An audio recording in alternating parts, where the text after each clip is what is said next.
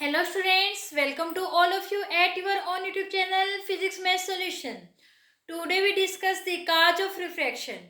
हमने हमारे जो लास्ट टॉपिक था बच्चों उसमें किया था रिफ्रैक्शन होता क्या है।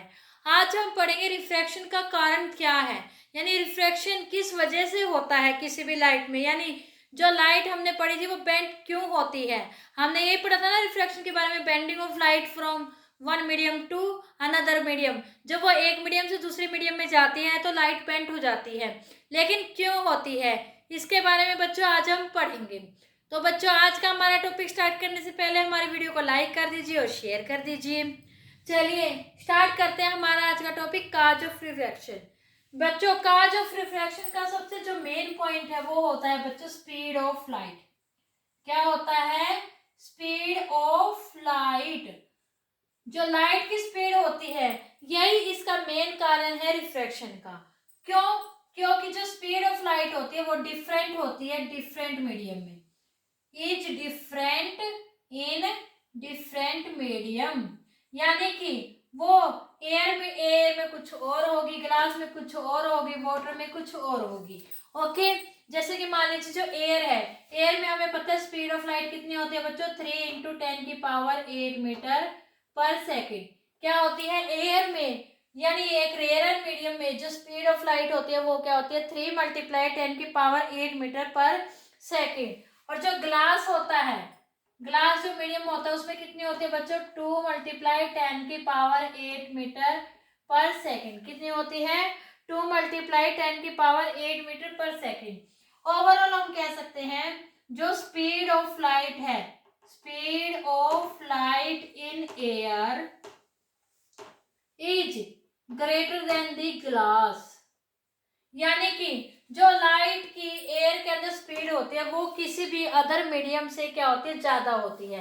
क्यों ज्यादा होती है? जो एयर होता है वो एक रेयर मीडियम होता है। क्या होता है? एक रेयर मीडियम होता है। और जो ग्लास है, वाटर या फिर अदर कोई भी मीडियम है वो डेंस होता है एज कंपेयर टू एयर। यानी कि ये रेयर मीडियम होएगा और कोई मीडियम होगा वो एज कंपेयर टू जो एयर होता है वो क्या होता है डेंस होता है।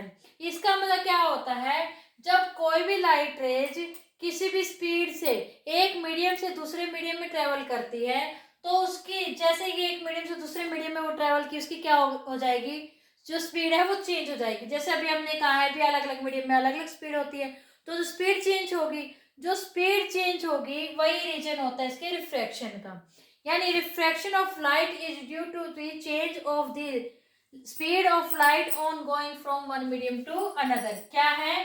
रिफ्रैक्शन ऑफ लाइट किस वजह से होता है? Change in speed of light. क्या होता है बच्चों? Change in speed of light.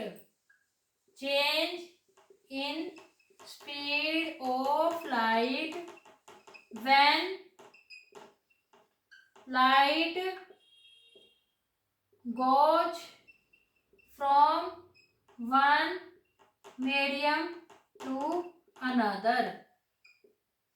उसी वजह से क्या होता है बच्चों? रिफ्रैक्शन होता है। ओके बच्चों, अगर greater the difference in the speed of light, यानी स्पीड ऑफ लाइट में डिफरेंस ज्यादा आएगा, जो हमारे दो मीडियम दे रखे, मान लीजिए एक मीडियम ये है एक मीडियम ये है, इन दोनों मीडियम की जो स्पीड ऑफ लाइट में डिफरेंस ज्यादा होगा तो क्या होगा, वहां पे क्या होगा रिफ्रैक्शन की अमाउंट भी, यानी लाइट ज्यादा बेंड होगी।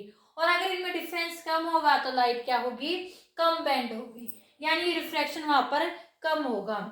आई होप बच्चों आप लोगों को आज का हमारा ये टॉपिक काज ऑफ रिफ्रैक्शन बहुत अच्छे से समझ में आ गया होगा। और अगर कोई डाउट है तो कमेंट सेक्शन में कमेंट करके पूछ सकते हैं। और अगर आप लोगों को समझ में आ गया तो आप हमारे वीडियो को लाइक कीजिए, शेयर कीजिए और चैनल को सब्सक्राइब कीजिए। बेल आइकन जरूर दबाना बच्चों, ताकि आपको हमारे आने वाली नेक्स्ट वीडियो जिसमें हम ये कहेंगे भी, जो हमारा हमने कहा है speed of light, speed of light एक इसका एक कारण है रिफ्रैक्शन ऑफ लाइट का, ये क्यों है इसका कारण, इसके बारे में बच्चों हम पढ़ेंगे, उसका नोटिफिकेशन आपको मिल जाए। तो बच्चों तब तक के लिए good bye and take care. Thank you so much बच्चों।